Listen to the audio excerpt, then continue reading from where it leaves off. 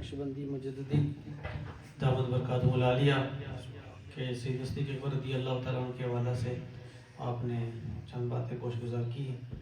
میں اس لیے مسکرا رہا تھا جس وقت انہوں نے روایت پڑھی تو امام فخر الدین رازی رحمۃ اللہ تعالیٰ نے تفسیر کبیر کے اندر اس روایت کو درج کیا ہے، سورہ فاتح کی تفسیر کے اندر۔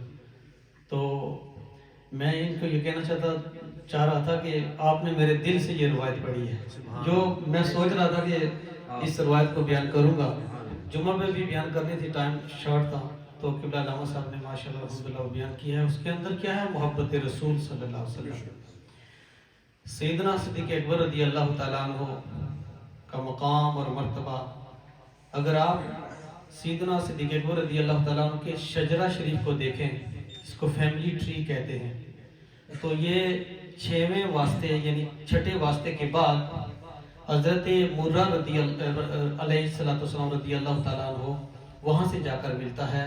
یہ وہ ہیں جو نبی پاک صلی اللہ علیہ وسلم کے دادا پردادا لکڑدادا سکردادا تک آپ کا شجرہ نسب وہاں جا کر ملتا ہے۔ ادھر سے نبی پاک صلی اللہ علیہ وسلم، کیونکہ میں اگر نام لوں گا پھر زیادہ ٹائم، نبی پاک صلی اللہ علیہ وسلم سے چھٹے واسطے پر حضرت مرہ تک، اور ادھر سے سیدنا صدیق اکبر رضی اللہ تعالیٰ عنہ کی جو فیملی ٹریز ہے آپ کے والد گرامی سے لے کر حضرت مرہ تک وہاں سے جا کر ملتا ہے۔ پیچھے جو شجرہ شریف ہے نبی پاک صلی اللہ علیہ وسلم کا حضرت ابراہیم علیہ السلام تک، یہ سارا سیدنا صدیق اکبر رضی اللہ تعالیٰ عنہ کا شجرہ شریف پیچھے جا کر حضرت ابراہیم علیہ السلام کے نبی پاک صلی اللہ علیہ وسلم کے ابا و اجداد کے ساتھ ملتا ہے، یعنی پیچھے سے لڑی ایک آ رہی ہے۔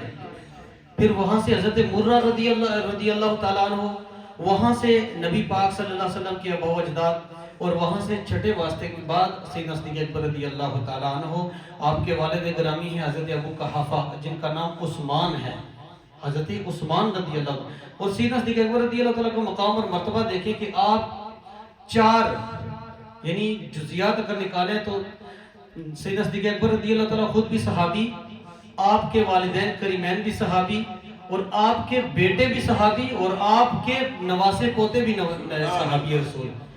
یہ مقام اور مرتبہ کسی صحابی رسول کو نہیں ملا۔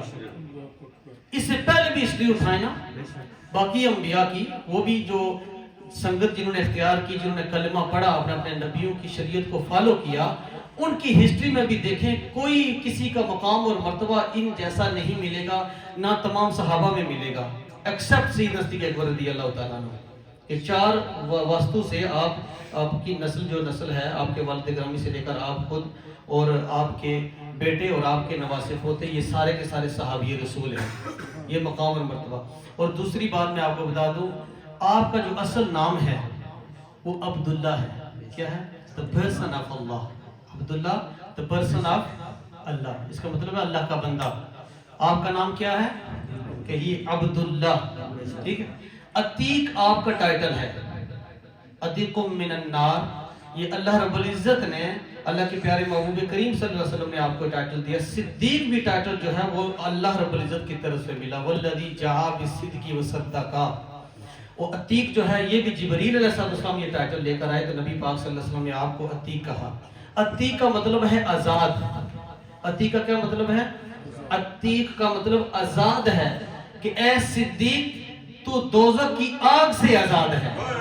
عتیقم من النار، کہ جو عتیق ہے سیدنا صدیق اکبر رضی اللہ تعالیٰ دوزخ کی آگ سے آزاد ہے۔ نام پہ آ جائیے، آپ کا نام عبداللہ ہے، اور دوسرے جو خلیفہ ہیں ان کا نام عمر ہے رضی اللہ تعالیٰ، تیسرے خلیفہ ان کا نام عثمان ہے، چوتھے خلیفہ ان کا نام علی شیر خدا رضی اللہ تعالیٰ عنہ۔ اگر آپ غور کریں، چاروں نام سے پہلے آئین آ رہا ہے، چاروں جو نام ہیں، یہ میں بات بتانا چاہ رہا ہوں، آپ سنیے گا، جو 4 نام ہیں اس سے پہلے آئین آ رہا ہے، آئین کے اوپر نقطہ بھی نہیں ہے، بغیر نقطہ کے آئین ہے، تو اللہ رب العزت کو گوارا ہی نہیں ہوا کہ میرے محبوب کے 4 جو خلفاء ہیں ان کی آئین کے اوپر کوئی نقطہ آ جائے، لفظ حرف سے پہلے اگر اس کے اوپر کوئی نقطہ آ جائے۔ اللہ رب العزت بتانا چاہتا ہے، اللہ کے محبوب بتانا چاہتے ہیں کہ ان 4 یاروں کے نام سے کے اوپر نقطہ آئین کے نہیں رکھا، اس لیے اے لوگوں بچ جاؤ، ان کے بارے میں نکتہ چینی بھی نہ کرنا، نکتہ بھی نہیں ہے اور نکتہ چینی بھی نہ کرنا۔ یہ ایسے ہیرے ہیں کہ جن کے بارے میں آقا علیہ السلام نے فرمایا کہ جنتی ہیں۔ عشرہ مبشرہ میں آپ کو ایک اور لسٹ بتا دوں، وہ بہت لمبی لسٹ ہے، اس کو آدھے تک رکھوں گا میں، اس لیے آپ کو یہ پوائنٹ بتا رہا ہوں۔ مقام اور مرتبہ جہاں پہ عام انسان کی انتہا ہے، جی ٹائم کافی ہے، جہاں پہ جی ناشتی انشاءاللہ وہ مجھے پتا ہے، جزاک اللہ خیر، جہاں پہ عام انسان کی انتہا ہے، سنیں گا یہ، جہاں پہ عام انسان کی انتہا ہے وہاں سے مسلمان کی ابتدا شروع ہوتی ہے، وہاں سے مسلمان کی ابتدا شروع ہوتی ہے، جہاں پہ مسلمان کی انتہا ہے وہاں سے ولی کامل کی ابتدا شروع ہوتی ہے۔ کہیے سبحان اللہ، ایسے نہیں پڑھ رہا، پیسے لگے گے سبحان اللہ کے۔ یہ 27 واسطے سے نبی پاک صلی اللہ علیہ وسلم تک جاتا ہے، میں اس کو آدھا رکھوں گا۔ جہاں پہ عام انسان کی بات کر رہا ہوں، اینڈنگ ہے، وہاں سے مسلمان کی ابتدا شروع ہوتی ہے، جہاں پہ مسلمان کی انتہا ہے وہاں سے ولی کامل کی ابتدا شروع ہوتی ہے، جہاں پہ ولی کامل کی انتہا ہے وہاں سے غوث قطب ابدال کی ابتدا شروع ہوتی ہے، جہاں پہ غوث قطب ابدال کی انتہا ہے وہاں سے تابعین کی ابتدا شروع ہوتی ہے، جہاں پہ تابعین کی انتہا ہے وہاں سے تابعین کی ابتدا شروع ہوتی ہے، جہاں پہ تابعین کی انتہا ہے وہاں سے صحابی رسول کی ابتدا شروع ہوتی ہے، اور جہاں سے صحابی رسول کی تمام کی انتہا ہے وہاں سے 313 بدری صحابہ کی ابتدا شروع ہوتی ہے، جہاں سے 313 بدری صحابہ کی انتہا ہے وہاں سے عشرہ مبشرہ 10 صحابہ کی ابتدا شروع ہوتی ہے، جہاں پہ عشرہ مبشرہ کی انتہا ہے وہاں سے خلفائے راشدین کی ابتدا شروع ہوتی ہے، جہاں پہ خلفائے راشدین کی انتہا ہے وہاں پہ سیدنا صدیق اکبر کی ابتدا شروع ہوتی ہے۔ اسی کو صدیق کہتے ہیں۔ آگے بھی لسٹ ہے، اس طرف جانا نہیں چاہتا۔ نبیوں کے بعد، انبیاء رسول کے بعد جس ہستی کا مقام اور مرتبہ ہے، خلیفہ بلا فصل افضل البشر بعد الانبیاء بالتحقیق ابو بکر صدیق رضی اللہ تعالیٰ عنہ، اور یہ مقام اور مرتبہ اللہ کے پیارے محبوب کریم صلی اللہ علیہ وسلم نے اپنی موجودگی میں دیا، اور یہ مقام اتنا ورا کہ دیکھیے احسان کا بدلہ چلا، احسان کے بارے میں بات ہوئی، مال کے بارے میں بات ہوئی، کسی کو خریدنے کے بارے میں بات ہوئی تو ٹاپ آف دی لسٹ سیدنا صدیق اکبر رضی اللہ تعالیٰ کا نام آ رہا ہے۔ آقا کریم علیہ السلام نے فرمایا دنیا میں میں نے ہر بندے کا احسان چکا دیا ہے مگر سیدنا صدیق اکبر میرا یار وہ ہے، کل قیامت کے دن خالق کائنات اس کا احسان چکائے گا۔ اور یہ وہ صدیق جو خود فرماتے ہیں اپنے بھائی، اپنے ویر حضرت علی رضی اللہ تعالیٰ عنہ سے، فرماتے ہیں اے علی میرے بھائی ہیں، جس طرح تو نے اپنے ہاتھ سے آقا کریم علیہ السلام کو غسل دیا تھا، انہی ہاتھوں سے مجھے بھی غسل دینا جب میں دنیا فانی سے چلا جاؤں۔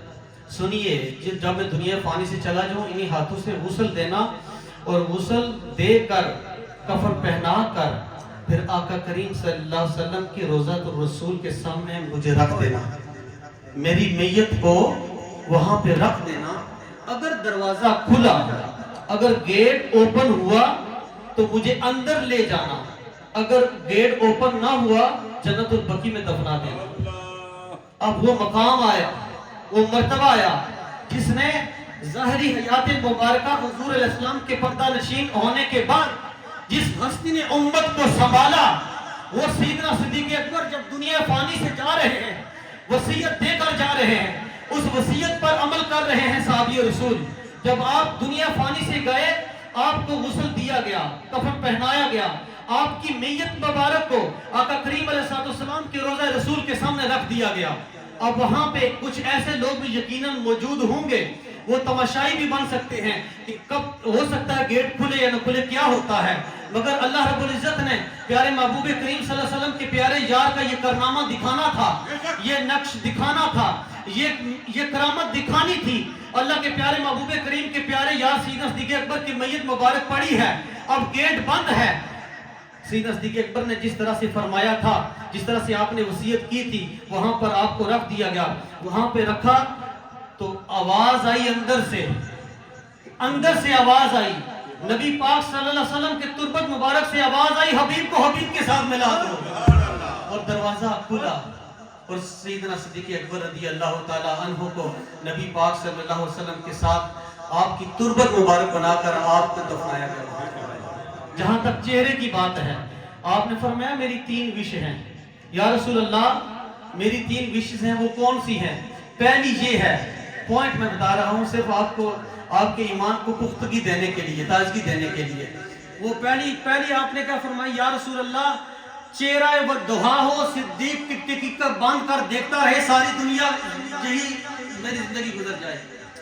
جی وہ عصر کے بعد ہوگی، اس لیے تو لکنت ہو جاتی ہے، اس لیے لکنت ہو جاتی ہے بس. سیدنا صدیق اکبر رضی اللہ تعالیٰ عنہ کی وش کیا ہے؟ وش سنیے. پہلی وش کہ یا رسول اللہ چہرہ ودہا ہو، صدیق ٹکٹکی باندھ کر تکتا رہے، زندگی گزر جائے. دوسری وش یہ ہے، سیدنا صدیق اکبر رضی اللہ تعالیٰ عنہ نے عرض کی یا رسول اللہ میری خواہش دوسری یہ ہے کہ مال اللہ مجھے دے، میں آپ کے قدموں پہ نشاور کرتا رہا. اور تیسری خواہش یا رسول اللہ یہ ہے کہ میری لخت جگر آپ کی زوجہ بنے، میری بیٹی آپ کی زوجہ بنے. اور یہ 3 وشز سیدنا صدیق اکبر رضی اللہ تعالیٰ عنہ کی رب کی بارگاہ میں، نبی پاک صلی اللہ علیہ وسلم کی بارگاہ اقدس میں قبول ہوئی. اور آج بھی ہمارا ایمان ہے، یہ وجدان ہے، ہمارا عقیدہ ہے. جس طرح سے سیدنا صدیق اکبر رضی اللہ تعالیٰ کی خواہش تھی دنیا میں، اور اسی طرح آج بھی گنبد خضرا کے اندر آقا کریم علیہ السلام نے جگہ دی ہے کہ صدیق کی یہ خواہش تھی کہ دنیا میں چہرہ ودہا میں ٹکٹکی باندھ کر دیکھتا رہوں، اور گنبد خضرا کے اندر آج بھی یقیناً سیدنا صدیق اکبر ودہا کے چہرے کو ٹکٹکی باندھ کر تک رہے ہیں، دیکھ رہے ہیں. یہ مقام اور مرتبہ سیدنا صدیق اکبر رضی اللہ تعالیٰ عنہ کو ویسے نہیں ملا، اپنا سب کچھ قربان کر کے ملا. اور نبی پاک صلی اللہ علیہ وسلم کو کسی کے بتائے پہ نہیں، جو آپ کو خواب میں اشارہ آیا تھا، وہ خواب کا اشارہ جب حضور علیہ السلام کی بارگاہ اقدس میں پہنچے ابھی اظہار ہی نہیں کیا. آقا نے فرمایا اے صدیق جو چاند تو نے دیکھا تھا نا خواب کے اندر، وہ میں محمد ہوں. اس کی تعبیر یہ ہے، سنیے. شاعر کہتا ہے بیاں ہو کس زبان سے مرتبہ صدیق اکبر کا، زبان سے ہو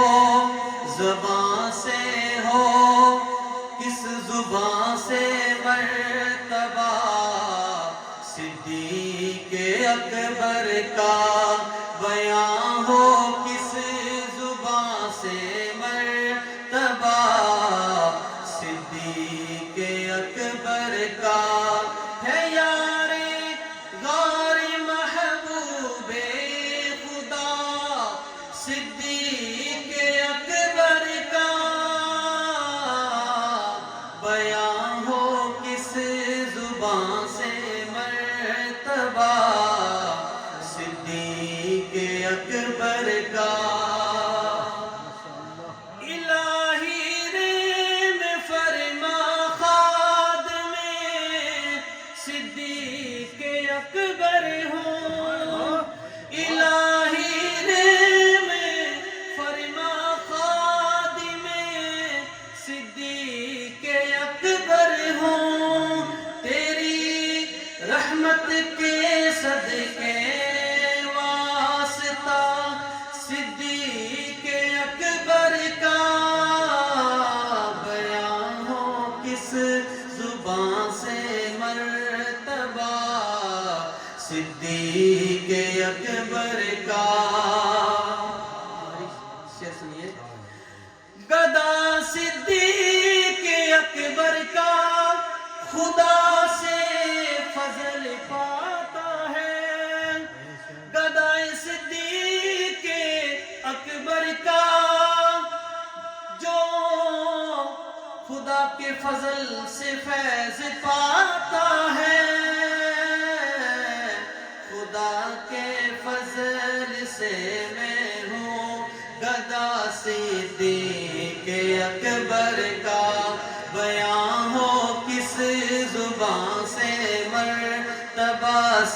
صدیق اکبر کا، رسل اور انبیاء کے بعد جو افضل ہو عالم میں، رسل اور انبیاء کے بعد جو افضل ہو عالم سے، یہ عالم میں ہے کس کا مرتبہ صدیق اکبر کا، بیان ہو کس زبان سے مرتبہ صدیق اکبر کا۔ محمد صلی اللہ علیہ وآلہ وسلم۔ اللہ رب العزت ہمارا یہاں پہ بیٹھنا قبول فرمائے، اللہ رب العزت جتنے یہاں پہ آئے ہیں تمام کی گھروں کو آباد و شاد فرمائے۔